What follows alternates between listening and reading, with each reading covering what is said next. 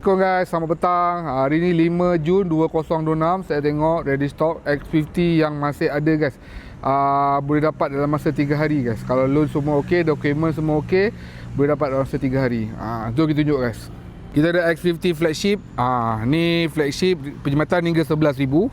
X50 flagship premium perkhidmatan hingga 11,000. X50 Armour Silver penjimatan sehingga 11,000. X70 Marine Blue penjimatan sehingga 8,000. X50 Flagship Snow White penjimatan sehingga 11,000. Kita ada X70 Premium Marine Blue penjimatan sehingga 11,000.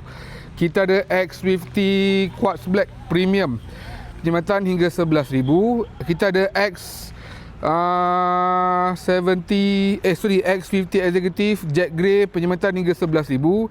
Kita ada X50 Teal by Green penjimatan premium penjimatan hingga 11,000.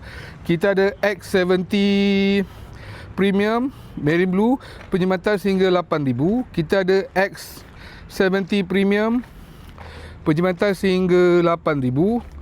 Kita ada bermacam-macam lagi. Jom kita tengok.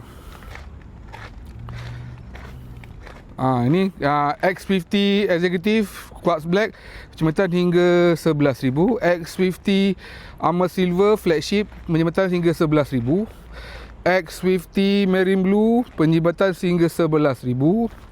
Kita ada X50 Premium Armour Silver penjimatan sehingga 11,000. Kita ada S70 Premium Fast Stock rebate sehingga penjimatan sehingga 6,000. S70 Premium Quartz Black penjimatan sehingga 6,000. X50 Teal by Green Premium penjimatan hingga 11,000. S70 Premium Marine Blue penjimatan hingga 11,000. Penjimatan hingga 6,000. X50 yang ni dah ada orang punya guys. Dua-dua ni flagship. Dua-dua dah ada orang punya guys. Okey, lepas tu ada Saga, ni semua dah ada orang punya lah guys.